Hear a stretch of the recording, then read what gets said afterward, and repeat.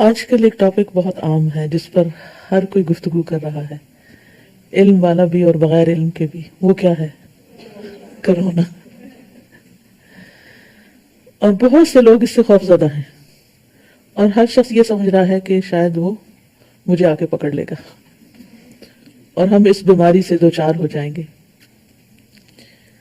لیکن بات یہ ہے کہ ایک مسلمان ہر حال میں اور ہر مشکل میں اللہ کی طرف رجوع کرتا ہے، اپنے دین کی طرف رجوع کرتا ہے کہ وہاں اس کو کیا رہنمائی ملتی ہے۔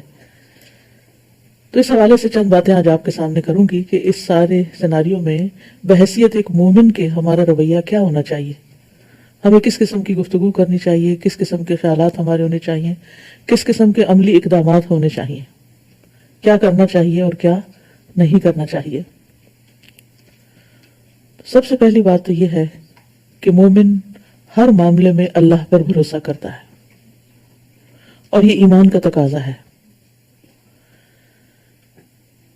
یہ زندگی ایک امتحان ہے، اور ہر روز ایک نیا امتحان ہوتا ہے، اور مومن بزدل نہیں ہوتا، مومن بہادر ہوتا ہے، کیونکہ اس کو پتا ہے کہ اس کے ساتھ اللہ ہے۔ لا تحزن ان اللہ معنا، غم نہ کرو، بے شک اللہ ہمارے ساتھ ہے۔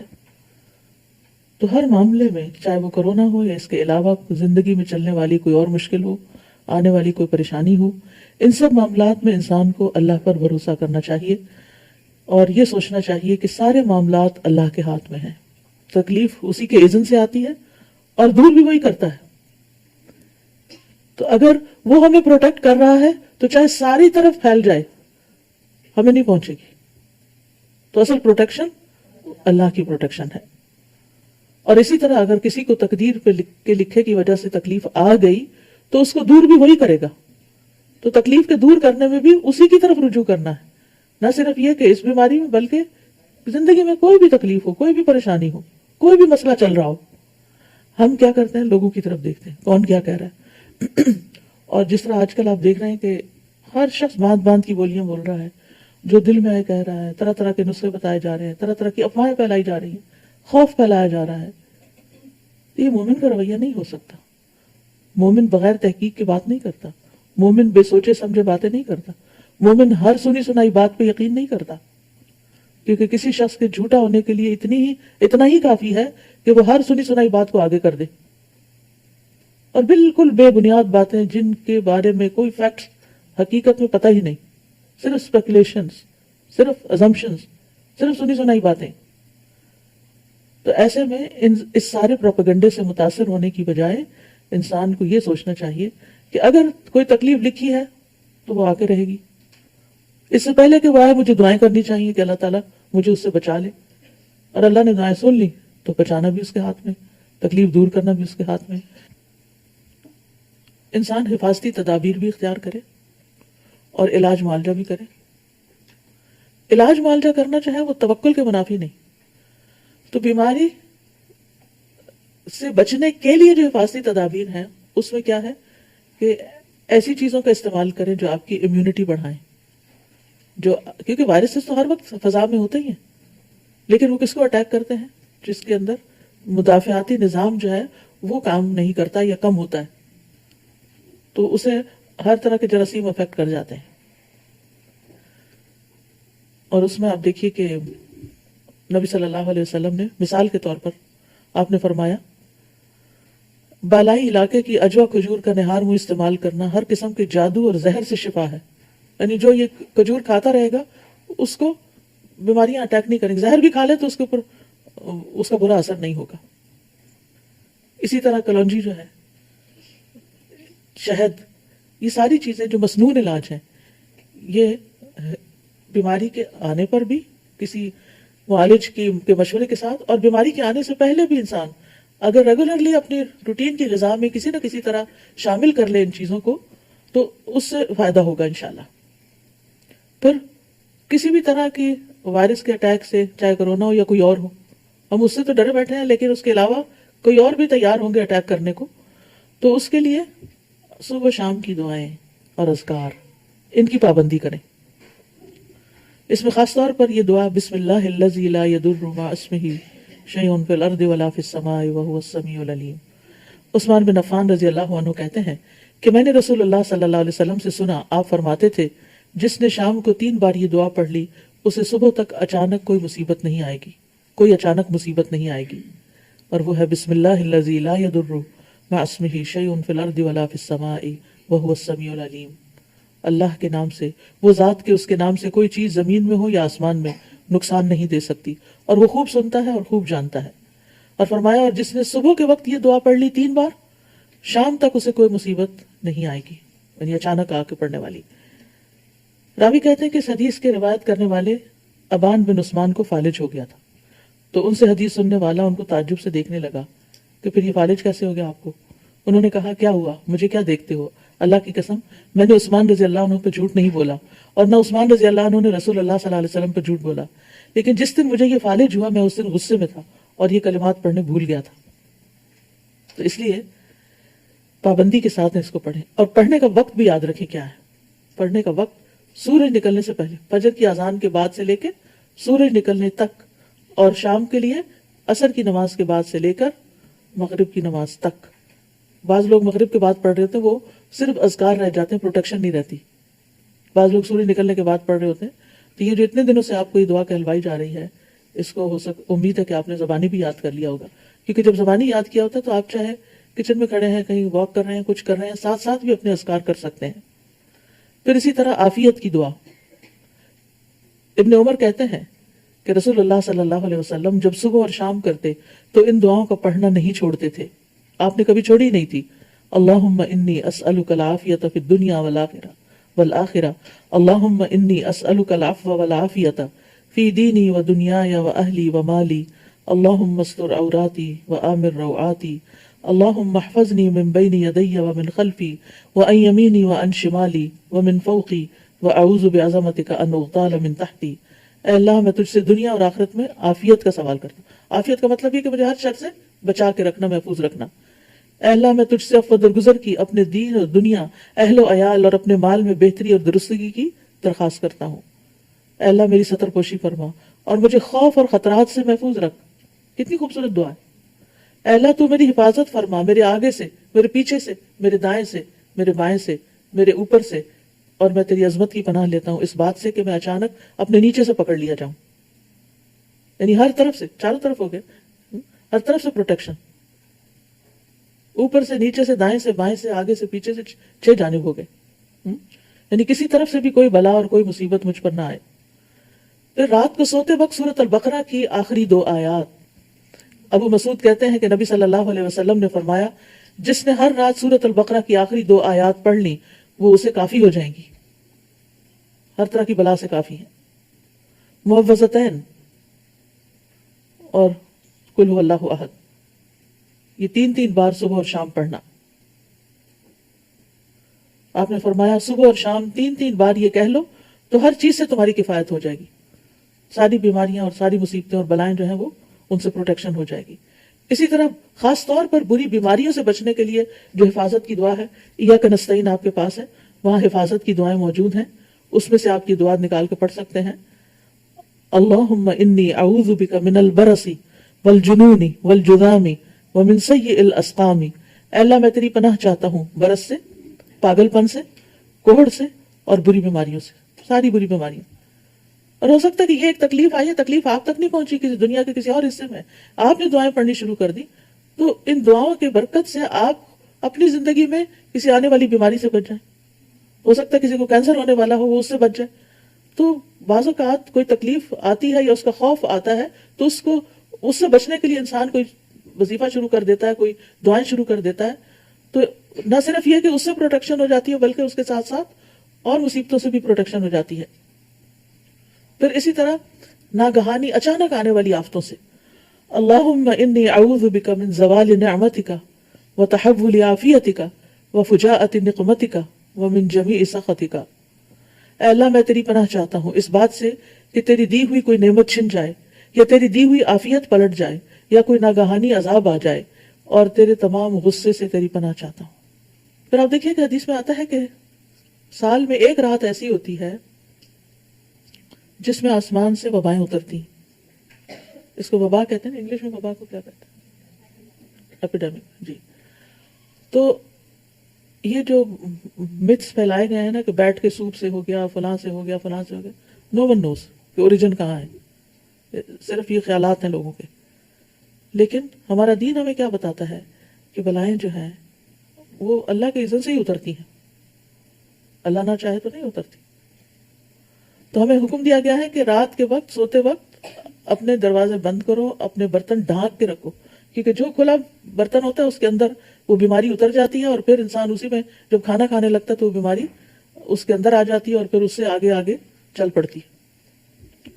تو اس لیے اگر ہم قرآن و سنت کے تعلیمات پر عمل کرنے والے ہوں تو بہت سی بلاؤں سے وباؤں سے ویسے ہی بچ سکتے ہیں. پھر اسی طرح بری تقدیر سے حفاظت کی دعا ہے، وہ پڑھیے. اللہم انی اعوذ بک من جہد البلاء ودرک الشقاء وسوء القضاء وشماتۃ الاعداء. میں اللہ کی پناہ چاہتا ہوں سخت مشقت، بدنصیبی کے پانے، بری تقدیر اور دشمنوں کے خوش ہونے سے.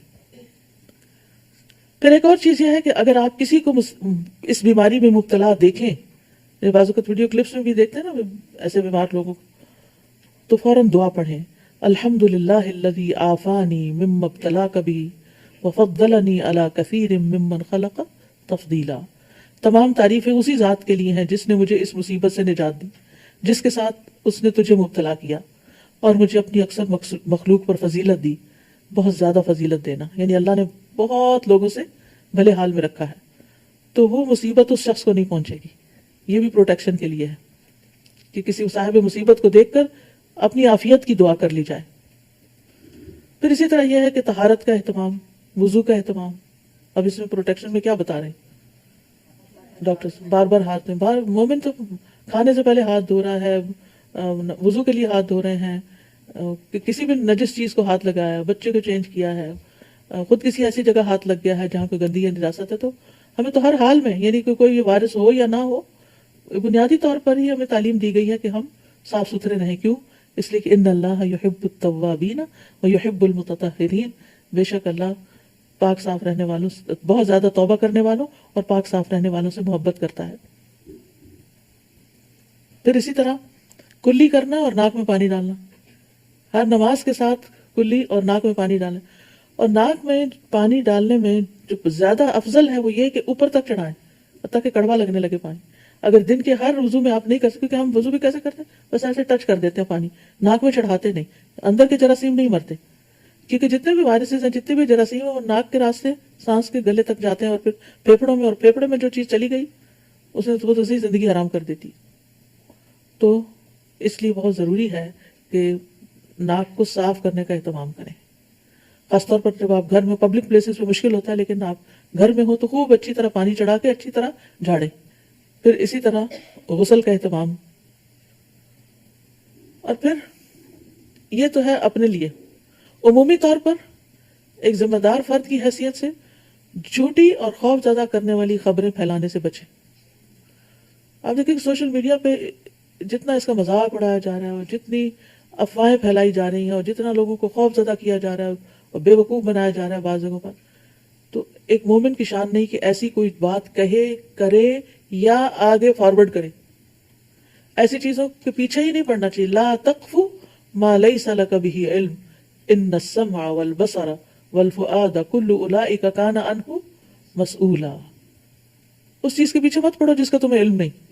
مت اپنا اوپینین دو، مت اپنی رائے دو جس کا پتہ ہی نہیں، کیونکہ کان، آنکھ اور دل سے سوال کیا جائے گا، ہر ایک سے سوال کیا جائے گا. جو کچھ ان السمع، جو ہم سنتے ہیں آڈیوز میں یا ویسے کسی کی بات یا دیکھتے ہیں، والبصر، یا پھر وہ دل میں لے آتے ہیں، سوچتے ہیں اس کے بارے میں، یقین کر لیتے ہیں حالانکہ اس کی کوئی حقیقت ہی نہیں. کل اولئک کان عنہ مسئولا. ان سارے اعضاء سے سوال کیا جائے گا یہ کیا، ان سے ہم کیا کام لیتے رہے.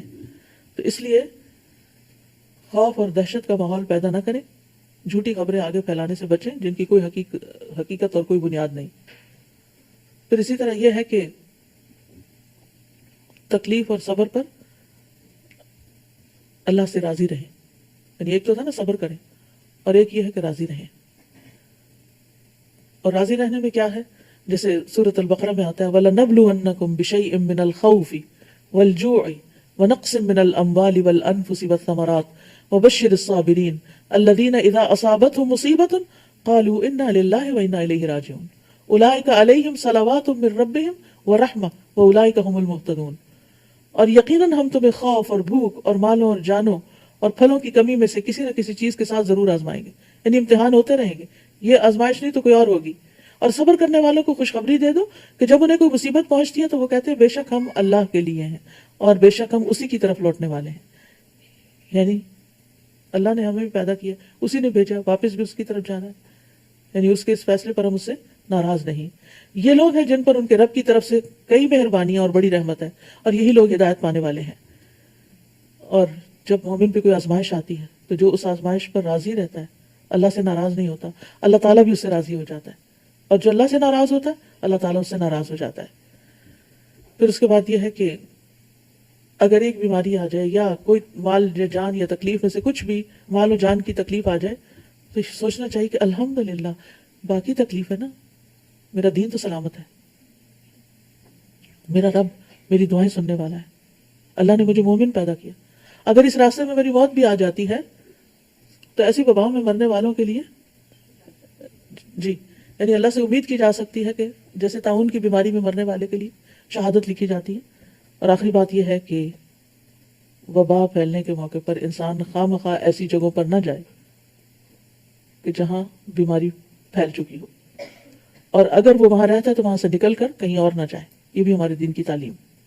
کرنے کے کام کیا کیا ہیں دوبارہ دیکھتے. نمبر 1 شروع سے اپنے معاملات اللہ کے سپرد کرنا, اور یہ یقین رکھنا کہ ہر کام اللہ کے اذن سے ہوتا ہے, تمام کاموں کی تدبیر اللہ کے ہاتھ میں ہے, تکلیف پہنچانا اور دور کرنا اللہ کے ہاتھ میں ہے. جس کے لیے اللہ رحمت کے دروازے کھول دے اسے کوئی نہیں روک سکتا. سب لوگ بھی مل کے تکلیف پہنچانا چاہیں نہیں پہنچا سکتے مگر جتنی تقدیر میں لکھی ہو. ہر چیز تقدیر میں لکھی ہوئی ہے. تو ہمیں کرنا کیا چاہیے, اللہ سے دعائیں کرنی چاہیے, دعاؤں کو لازم کر لینا چاہیے, انسانوں اور چیزوں کو اللہ کے سپرد کر دینا چاہیے, اللہ کی حفاظت میں دے دینا چاہیے, اللہ کی اطاعت کے کام کرنے چاہیے اور نافرمانی سے بچنا چاہیے, اللہ کے احکام کی حفاظت کرنی چاہیے. مومن کے لیے ہر حال میں خیر ہی ہوتی ہے. اپنے فرائض کی حفاظت کریں, نمازوں کی حفاظت, اپنے صدقہ خیرات کا پہلو ہو گیا, مس ہو گیا. صدقہ خیرات جو ہے وہ بلاؤں کو ٹالتا ہے. جی ہاں, اور مسنون علاج اور حفاظتی تدابیر اختیار کریں. قرآن سے علاج, صبح شام کی دعائیں, خاص طور پر عافیت کی دعا, سورۃ البقرہ کی آخری 2 آیات, معوذتین کا صبح شام پڑھنا, بری بیماریوں سے حفاظت کی دعا پڑھنا, ناگہانی آفتوں سے بچنے کی دعا پڑھنا, بری تقدیر سے حفاظت کی دعا پڑھنا, مبتلائے مصیبت کو دیکھ کر جو دعا پڑھی جاتی ہے عافیت کی. پھر اور کیا, طہارت کا اہتمام کرنا, کلی کرنا, صحیح طور پر کلی, صحیح طور پر ناک میں پانی ڈالنا, ناک جھاڑنا, ہاتھوں کی صفائی کا خیال کرنا, غسل کرنا, بلا تحقیق باتیں آگے نہیں پہنچانا, خوف و ہراس اور خوف زدہ کرنے والی خبریں نہیں پھیلانا, تکلیف آ جائے تو اس پر صبر کرنا, اجر کی توقع رکھنا, اور ہر حال میں شکر ادا کرنا, خاص طور پر دین کی سلامتی پر شکر ادا کرنا, اور مصیبت آنے پر بھی اللہ کی حمد و ثنا کرتے رہنا, اور وبائی علاقوں میں جانے سے پرہیز کرنا.